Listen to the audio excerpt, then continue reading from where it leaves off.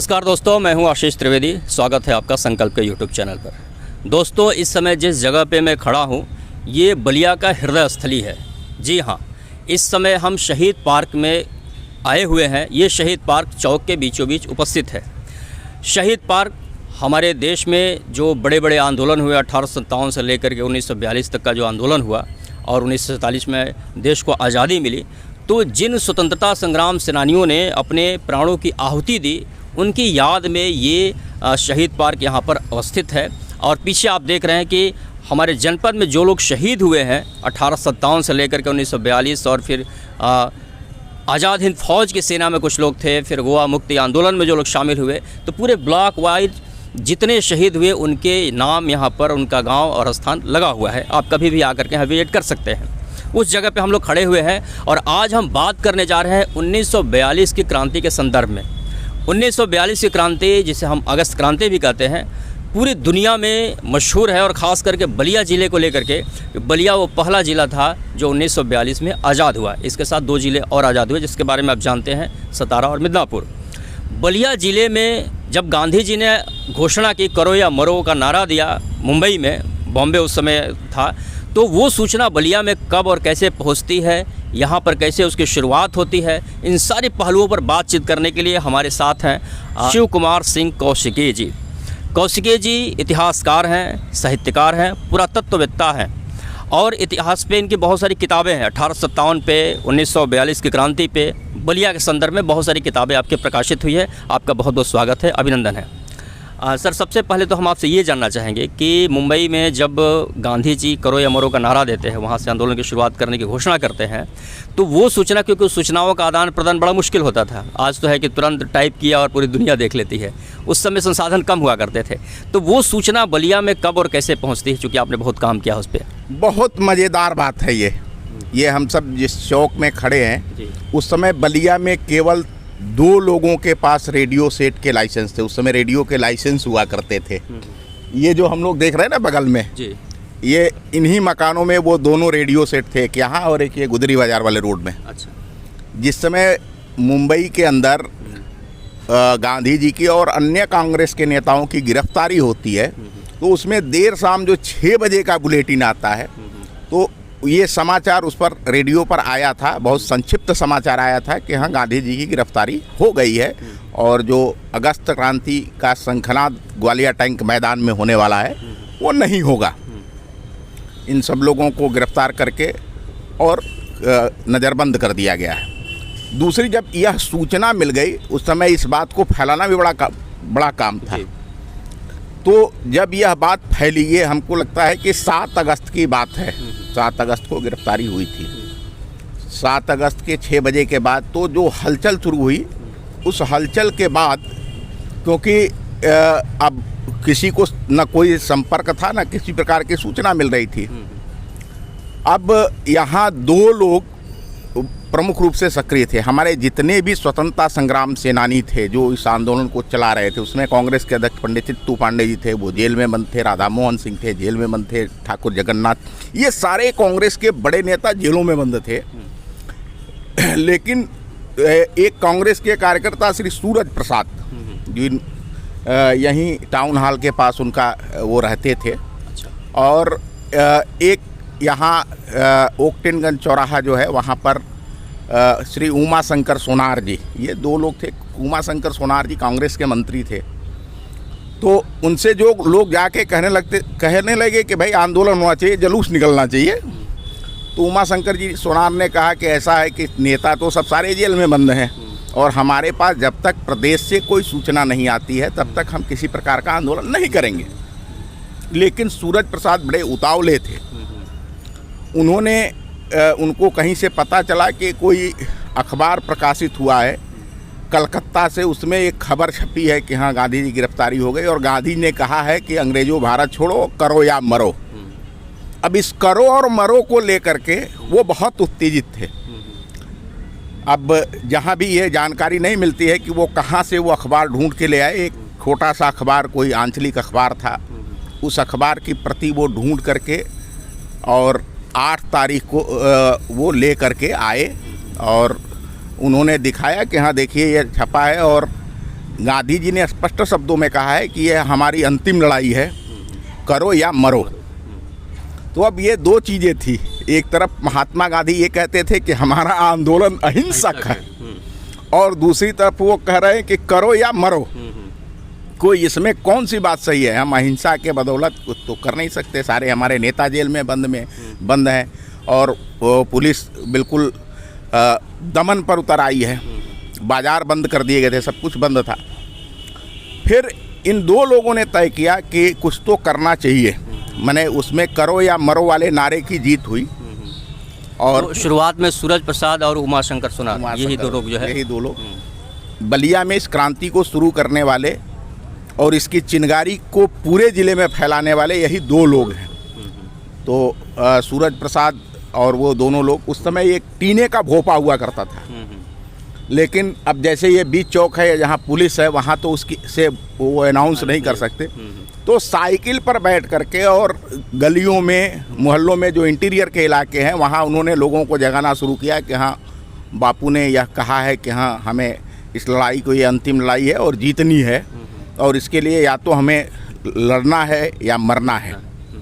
तो इस आह्वान के बाद 10 अगस्त को यहीं जो ये हम लोग शहीद पार्क खड़े हैं, यहाँ कुछ लोग जुटे, और यहाँ से वही हमारे उमाशंकर सोनार जी, उन्होंने नगर मंत्री थे, उनके नेतृत्व में यहाँ उन्होंने एक संक्षिप्त भाषण दिया।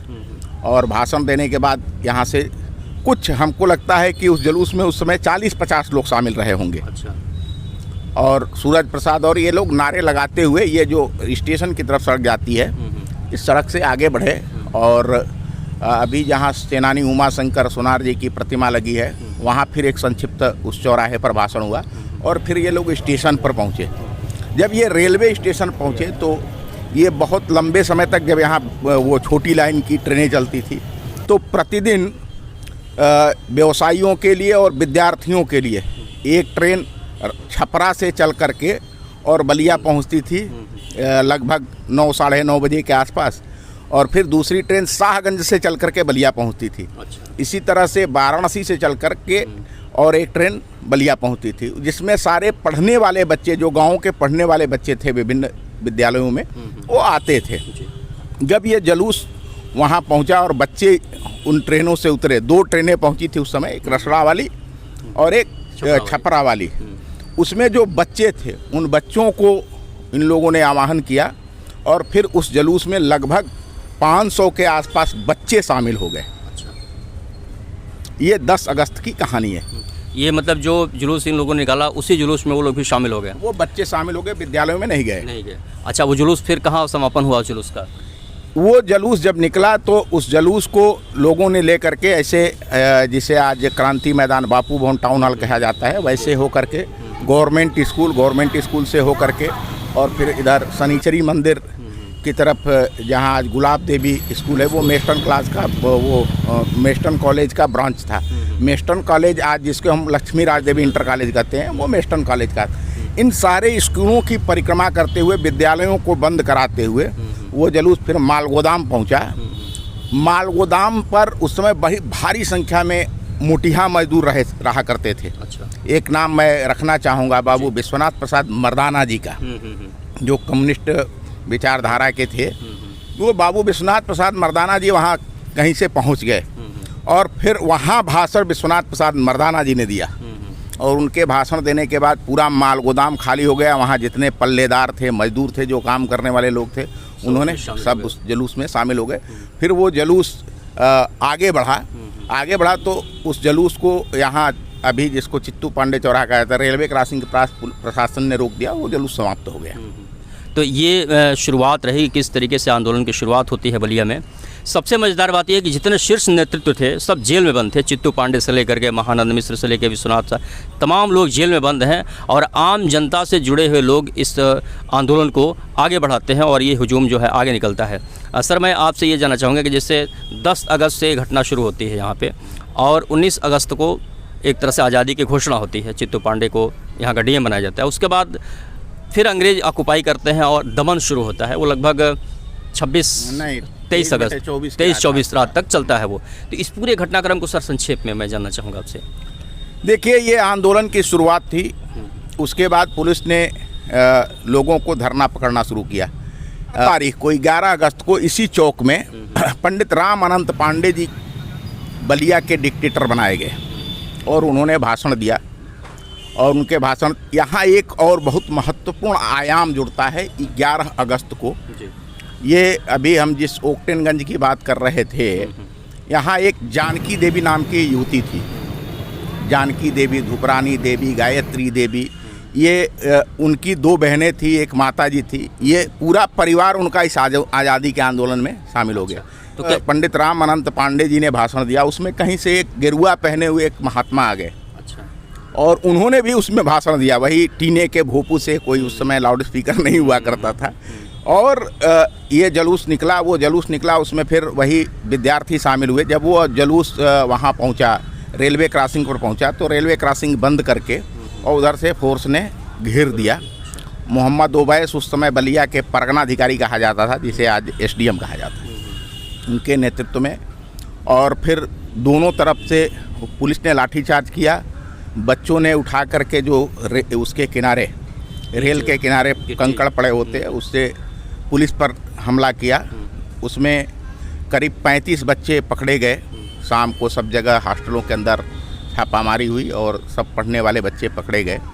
11 अगस्त के बाद फिर 12 अगस्त को इसी प्रकार से जब यह खबर गांव तक गई, तो विभिन्न हमारे यहाँ रसड़ा में, बैरिया में, रेवती में, बांसडीह में, बेलथरा रोड में, सब जगह, सिकंदरपुर में जुलूस निकलने प्रारंभ हुए। सब लोगों ने आज़ादी की अलख जगाना शुरू किया।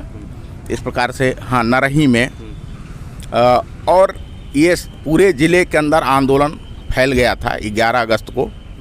उसके बाद 12-13 ऐसे ही चलता रहा।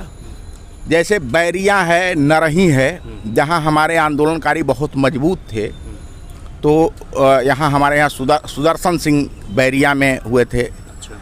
सुदर्शन सिंह और 4-5 बहुआरा के रहने वाले थे। उनके नेतृत्व में जब वो लोग थाने पर जुलूस लेकर पहुँचे, तो थानेदार ने खुद तिरंगा उतार, यूनियन जैक उतार कर तिरंगा फहरा दिया, फिर उनको वापस भेज दिया। इस तरह चलता रहा। चूहे बिल्ली का खेल नरही में भी इसी प्रकार से चलता रहा। और 15 अगस्त को हुआ क्या कि 15 अगस्त को बलिया में एक जुलूस निकला, ये लोहा पट्टी होकर के।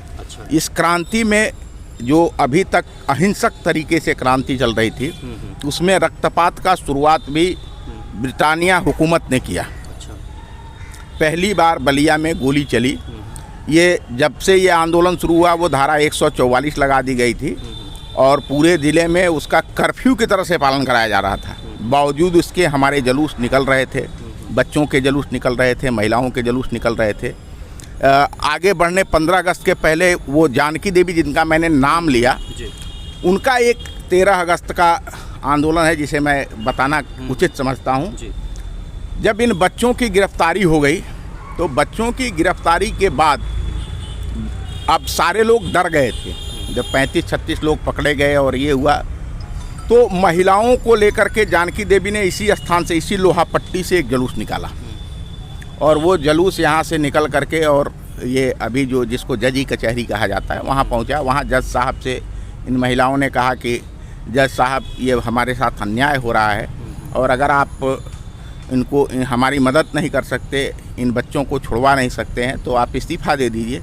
और फिर जज साहब को चूड़ियाँ उन्होंने भेंट किया और जजी कचहरी पर से यूनियन जैक उतार करके तिरंगा फहरा दिया। फिर उसके बाद वो DM कोर्ट पहुँचे। वहाँ जब DM को ये बात पता लगी, तो वो कोर्ट छोड़कर चले गए। ऐसे ही परगना अधिकारी को जब पता चला कि हाँ इस तरह का जुलूस आ रहा है, तो वो भी भाग गए। तो फिर जानकी देवी जा कर के और उस जो परगना अधिकारी की कुर्सी थी उस पर बैठ गई। वहाँ भी झंडा उतार के झंडा लगा दिया गया और फिर वो जुलूस समाप्त हुआ। उसमें से कुछ बच्चों को प्रशासन ने बाद में छोड़ा। अब हम आगे जब आते हैं जहाँ हमने बात किया, तो एकाएक आप देखिए किस प्रकार का करंट था लोगों के अंदर। जो लगभग 9 अगस्त से बंदी चल रही थी, 10 अगस्त को पहला जुलूस निकला था, 9 अगस्त से जो बंदी चल रही थी बलिया के अंदर प्रशासन की ओर से और उससे भी, एकाएक बहुत सारे लोग जो बलिया शहर के आसपास के हैं, जैसे अमृतपाली है, सरसपाली है, खोरी पाकड़ है, टकरसन है, तीखमपुर है। यहाँ के जो सब्जी बेचने वाले लोग थे वो एकाएक बलिया बाजार में आ गए। अच्छा। अपनी सब्जी की टोकरी लिए हुए वो सब बलिया बाजार में आ गए। जब यह बात प्रशासन को पता चली तो वही मोहम्मद ओवैस के नेतृत्व में और यहाँ के शहर कोतवाल के नेतृत्व में एक वो वैन, जिसको अभी वज्र वाहन कहा जाता है, वो उस वाहन से वो लोग यहाँ आए और लोगों को पुलिस भगाने लगी कि धारा 144 लगी है, मार्केट नहीं खुल सकता। वह दुखी कोयरी नाम का एक युवक जो खोरी पाकड़ के रहने वाले थे, वो दुखी कोयरी ने यहाँ उठा करके और उस शहर कोतवाल को पटक दिया। कोतवाल उस समय बहुत बढ़िया, आज भी प्रोटोकॉल में देखा जाए तो कोतवाल की बहुत बढ़िया। फिर जब उससे एसडीएम भिड़े तो एसडीएम से भी पटक दिया उसने। अच्छा। उसके बाद पुलिस ने फायरिंग शुरू किया और 9 लोग मारे गए। अच्छा, बाकी 8 लोग तो यहीं मारे गए। एक बात उनकी बात तो समझ में आती है कि जो यहाँ 8 लोग मारे गए उन्होंने प्रतिरोध किया, लड़ाई लड़ी। लेकिन एक हत्या हुई बालेश्वर मंदिर के पास। अच्छा। मोहित लाल जो कारों के रहने वाले थे, कचहरी में मुंशी का काम करते थे, वो पूजा करके निकल रहे थे, उनको अनायास ही गोली मार दी गई। तो 9 लोग यहाँ राम सुबह, चमार, ढेला, सुसाद ऐसे करके ज़्यादातर उसमें छोटी जातियों के लोग थे। 9 लोग लोहापट्टी में मारे गए थे। 8 लोग 8 लोग लोहापट्टी मारे गए और एक वहाँ बालेश्वर मंदिर के पास। फिर इसके बाद ये कहानी आगे बढ़ती है और हमारे जनपद के लोगों ने आज़ादी लेना शुरू किया। इसी दिन रेवती आज़ाद हो गया था। अच्छा। अगले दिन बांसडीह आज़ाद हो गया था। ये सब लोगों ने वहाँ रक्तहीन क्रांति में, जैसे बांसडीह में कुछ नहीं हुआ, वहाँ लोगों ने तहसीलदार को और जो वहाँ थानेदार था दोनों को कब्जे में ले लिया और कब्जे में ले करके और उनसे ले लिया जितना उनके पास जो भी चाबी ताले थे। वो कहानियाँ तो एक से एक उसमें रोमांचक कहानियाँ हैं, फिर कभी बात करेंगे। ये वहाँ सहतवार में श्रीपत मिश्र जो उनका आज तक नहीं पता, सिर्फ श्रीपत मिश्र जब फरार हुए तो उसके बाद उनका पता आज तक नहीं चला। ये एक ऐसे योद्धा थे जो अकेले उन्होंने उस पूरे इलाके को खाली कराया था। सिकंदरपुर का इलाका है, उस सिकंदरपुर के इलाके में राजकुमार दुसाद जी, जिनको राजकुमार बाग कहा जाता है। अच्छा। उनकी प्रतिमा जेल में लगी बात है। 19 अगस्त को पूरे जनपद के लोगों ने यह तय कर लिया। सिकंदरपुर में बच्चों के ऊपर घोड़े दौड़ाए गए थे। 6 लोग रसड़ा में भी शहीद हुए थे। माने ये इतने लोगों की शहादत के बाद बलिया को, ये जो कहा जाता है कि नहीं अंग्रेज़ों ने ऐसे ये कर दिया, हमने बाहुबल से इसको जीता। पूरे ज़िले के रेलवे के कनेक्शन काट दिए गए थे, रेलवे लाइनें उखाड़ दी गई थी। ये पिपरा घाट पुल इधर से वाराणसी की तरफ से आने का एक रास्ता था, वो पुल तोड़ दिया गया था। उस समय लकड़ी का पुल मैंने देखा है, लकड़ी का पुल हुआ करता था, उसे तोड़ दिया गया था। चारों तरफ से इस ज़िले को टापू बना दिया गया था। और उसके बाद पूरे जनपद के लोगों ने मिल करके और एक ऐसा जुलूस, सशस्त्र जुलूस, लोग टांगी, गड़ासा, भाला, लाठी, जिसको जो कुछ लोग हड़िया में चिंटा, माटा, सांप, बिच्छी, जिसको जो मिला वो लेके आए थे। और इस पूरे सिविल लाइंस को घेर लिया गया। घेरने के बाद यहाँ के कलेक्टर JS निगम और उस समय SP हुआ करते थे रियाजुद्दीन अहमद, दोनों ने ये तय किया। हालांकि रियाजुद्दीन इस पक्ष में नहीं थे जो SP थे, लेकिन DM ने कहा कि भाई ऐसा है कि या तो सबको मरवा डालो, इतने लोगों की जान ले चुके हो, इतने लोगों को ये करिए तो ये सारे लोग मारे जाएंगे। तो DM ने एक समझौता किया, वो जेल में गए और कांग्रेस के नेताओं से उन्होंने बात किया और कहा कि आप इन लोगों को घरों को भेजिए, इस आंदोलन को समाप्त करिए, हम आपको यहाँ का जिलाधीश बनाते हैं। हालांकि ये छल था, हमारे नेताओं ने इस बात को नहीं समझा।